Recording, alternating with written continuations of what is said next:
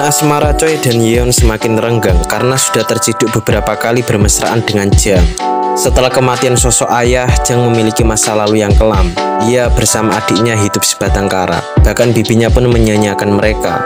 Alhasil Jang memutuskan untuk pindah dan bekerja untuk memenuhi kebutuhan sehari-hari, serta menyekolahkan adiknya Aeun. Oleh karena itu, simak alur cerita Backstreet Rookie episode yang kelima ini sampai habis. Alangkah baiknya jika kalian subscribe channel ini agar lebih semangat membuat konten. Jika kalian menyukai video ini, kalian bisa kasih like dan share video ini ke teman kalian. Jika sudah, mari kita mulai ceritanya. Merayakan prestasi yang diraih oleh Jang, Choi terlihat sedang menggendong Jang, terlihat seperti orang yang bermesraan. Tiba-tiba Yeon datang dan berada di depan mereka yang membuat Choi dan Jang terkejut. Kali ini Yeon tak cemburu, bahkan mengajak Jang di perjamuan makan malam. Choi hanya dapat mengikuti keinginan dari pacarnya. Malam itu Jang hanya jadi obat nyamuk, memandangi Choi dan Yeon yang sedang bermesraan. Sekaligus, ini kali pertamanya Jang diajak ke sebuah restoran mewah. Ia sampai kebingungan memesan menu di restoran tersebut, sampai ia menyuruh Yeon untuk memesan perjamuannya. Saat perjamuan, Jang agak canggung dengan mereka. Ia menyuruh Choi untuk mengisi gelasnya yang kosong, namun Yeon tak tinggal diam. Ia langsung nyerobot sebotol anggur tersebut dan menuangkan untuk Jang. Kemudian Yeon membalas dengan meminta Choi untuk menuangkan sebotol anggur itu. Jang hanya menatap sinis. Kemudian Yeon menyuruh Jang supaya bekerja lebih keras dalam menjadi karyawan. Karena Jang tak mau kalah, ia berkata kalau ia sudah bekerja lebih keras hingga dia terpilih menjadi karyawan terbaik. Bahkan ia sudah banyak mempromosikan banyak barang, dan ia juga akan bekerja keras demi mendapatkan hatinya Choi. Kemudian mereka saling beradu tatapan untuk bersaing merebutkan satu pria, yaitu Choi. Ketika pulang, Choi mendapati sebuah telepon dari manajer pengirim stok barang. Memang watak yang sudah melekat, ia berbicara dengan lantang sehingga Yeon malu. Tiba-tiba direktur Sung datang. Kemudian Yeon memintanya untuk memberi tumpangan. Seketika Choi patah hati. Scene berpindah, Choi berkunjung ke kediaman Han. Ia memberikan makanan. Tujuannya adalah mencari ide pembahasan untuk wawancara besok. Han mendapatkan ide agar berbicara tentang mercusuar. Artinya tempat berkumpulnya orang lapar, kesepian, serta keramaian. Choi pun setuju karena menurutnya itu ide yang bagus. Choi pun pergi. Sayangnya, Han tak suka daging sapi mentega pemberian dari Choi. Paginya, Choi standby di depan rumah Yeon. Ia ingin menebus kesalahannya semalam dengan mengantar Yeon. Waktu di dalam mobil, sejatinya Yeon ingin melihat Choi tanggap dan peka dalam hal apapun. Choi pun menyanggupinya. Seketika, Yeon langsung tersenyum kembali. Saat di rumah, paket pesanan Jang akhirnya datang. Ia membeli baju baru untuk dipakai pada saat wawancara nanti. Datang seorang wartawan ke Toserba. Ia menginstruksikan untuk mempersiapkan wawancara karena acaranya akan segera dimulai. Diperlihatkan Jang sedang makan ramen bersama Aeun. Jang tidak tahu kalau hari ini Aeun sedang mengikuti audisi musik. Kalau sampai masalah ini diketahui oleh kakaknya, Aeun pasti akan dihajar. Kemudian Jang dibuat marah oleh adiknya karena rumahnya sangat kotor dan baju yang baru saja dibeli diambil oleh Aeun guna mengikuti audisi. Jang datang ke Toserba yang sudah ditunggu oleh keluarganya Choi. Jang terkejut dengan kedatangan seorang cewek. Ternyata itu adalah adiknya Choi. Kemudian Choi memperkenalkan adiknya kepada Jang. Datang seorang wartawan bersama editor syuting. Sejatinya yang diwawancarai hanyalah Jang karena ia yang menjadi karyawan terbaik. Jadi seluruh keluarganya Choi hanya dapat menonton Jang yang sedang diwawancara. Kemudian Jang berbicara mengenai strategi mendapatkan banyak pelanggan. Ia menjelaskan kalau dalam prakteknya ia memberikan senyuman kepada seseorang dan menganggap mereka sebagai teman supaya lebih dekat dengan mereka. Saat Jang ditanya arti dari sebuah Toserba, ia kebingungan menjawab. Namun bagikan kuis keluarga, mulai dari Choi hingga ke ibunya, ia memberikan bisikan kalau Toserba ibarat mercusuar, yang artinya sebuah lautan biru yang dapat disinggahi oleh siapapun. Saatnya sesi foto bersama. Terlihat konsep dari wartawan diharuskan berpose saling menggendong satu sama lain. Namun Choi tidak setuju, karena kalau Yeon tahu, ia pasti akan marah besar. Choi bernegosiasi kepada redaktur untuk mengganti konsepnya. Namun sang redaktur hanya berkata kalau hasilnya nanti hanya akan dimuat di majalah dalam ukuran kecil dan fotonya tidak akan disebarkan ke jejaring sosial. Mereka pun akhirnya mengikuti konsep tersebut dan Jang menikmati sambil digendong oleh Choi.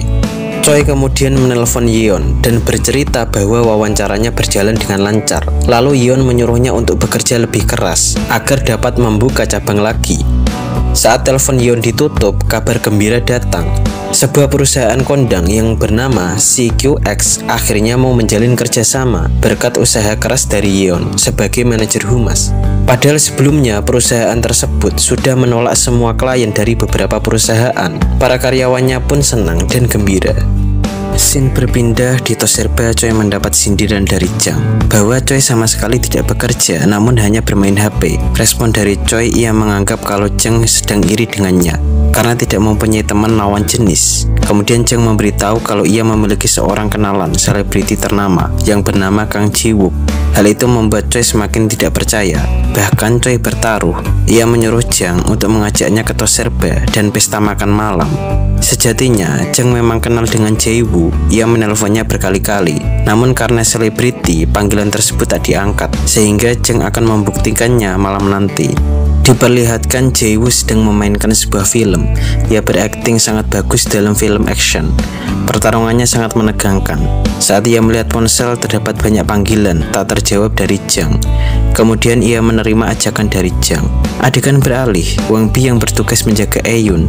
Ia tidak melihat Aeun di sekolah. Kemudian ia menginterogasi salah satu temannya Aeun yang bernama Yoonji. Awalnya ia menolak untuk mengatakan sebenarnya. Setelah mendapat tawaran dari Wang Bi berupa tiket gratis, perawatan wajah selama 10 hari, akhirnya ia mengatakan kalau Aeun sedang mengikuti audisi. Dengan cepat Wang Bi langsung memberitahu Jang. Aeun sedang mengikuti audisi babak pertama. Ia bernyanyi dan menari layaknya aktris Korea. Saat keluar dengan bahagianya ia lolos ke babak selanjutnya. Tiba-tiba datang kakaknya Jang. Kemudian mereka saling kejar-kejaran hingga tiba di sekolah Aeun, yang membuat Jang tidak bisa ikut masuk karena Jang bukan anak sekolah. Aeun mengungkapkan perasaannya kepada Jang kalau selama ini Jang tak pernah mempercayainya. Pada dasarnya Aeun mengikuti audisi karena ia ingin sukses menjadi aktris, dan ia juga berharap supaya Jang mempercayainya. Seketika Jang terdiam. Ia hanya ingin adiknya terhindar dari pergaulan bebas. Ia teringat masa lalunya yang kelam. Waktu ayahnya meninggal gara-gara kecelakaan, mereka berdua hidup sebatang kara. Kemudian mereka diasuh oleh saudaranya. Bukannya mendapat perlakuan baik, mereka justru disia-siakan oleh bibinya. Tiap hari mereka dimarahi karena tidak bisa mencukupi kehidupannya sendiri. Dikira mereka hanya menghabiskan uang karena harus membiayai sekolah, serta mereka dianggap hanya menghabiskan makanan. Karena hal itu, Jang memutuskan untuk mengajak adiknya ke kontrakan baru. Sebagai kakak yang baik, ia menyuruh adiknya untuk sekolah, dan ia akan membiayai sekolahnya Aeun, serta mencari penghasilan untuk menghidupi mereka. Jang adalah cewek tangguh dan gigih dalam bekerja. Ia tak peduli pekerjaan apa yang sedang ditekuni, namun ia tetap semangat untuk menjalani pekerjaan tersebut. Saat Jang membuka ponsel, ia sangat senang karena Jae-woo akan datang untuk menemuinya di Toserba. Kemudian Jang tiba di Toserba. Choi yang sudah stay di sana, ia mengejek Jang karena ia pikir dia hanya membual. Tak disangka datang seorang artis tampan. Benar saja, itu adalah Jae-woo. Choi terkejut minta ampun karena dia sangat mengagumi aktingnya dalam film. Kemudian Jang hanya pura-pura terkejut saat melihatnya. Lalu Choi mengajaknya untuk makan malam bersama keluarga. Ia pun bersedia. Choi mengajak Yeon untuk makan malam bersama karena kedatangan seorang artis ternama. Namun Yeon mempunyai acara sendiri, yaitu pesta bersama karyawan kantor. Choi pun memaklumi keputusan Yeon. Saat perjamuan, dua artis tampan ini saling akrab satu sama lain. Choi membicarakan soal Yeon kalau dia adalah pacarnya. Kebetulan Jae-woo kenal dengan Yeon. Karena cemburu, Jang pun menyelak pembicaraan mereka. Choi masih tak habis pikir karena Jang memiliki kenalan seorang artis dan ia baru mengakuinya. Saat Choi melihat unggahan dari medsos perusahaan, ia terkejut dan marah-marah karena yang diunggah adalah foto Choi yang sedang menggendong Jang. Karena perjanjian awal bersama wartawan bahwa yang diunggah adalah foto semua keluarga dan tak sampai menyebar di jejaring sosial, sehingga Choi langsung pergi untuk menemui Yeon. Bagaikan virus yang cepat menyebar, foto tersebut sudah diketahui oleh para karyawan, sehingga Yeon melihatnya. Hal ini membuat Yeon patah hati dan minum bir sebanyak-banyaknya. Selang beberapa menit, Jae-woo kedatangan manajernya karena fotonya sudah diunggah oleh adiknya Choi, sehingga ia harus kembali agar nama baiknya tidak tercemar. Kemudian Jang menyuruhnya untuk pulang dan ia juga memaklumi hal itu. Choi menghampiri temannya yang berada di tempat pesta tersebut. Namun sayangnya Yeon sudah diantar oleh Direktur Sung. Lalu ia bergegas untuk menemui Yeon ke rumahnya. Choi melihat Yeon sedang bersama Sung.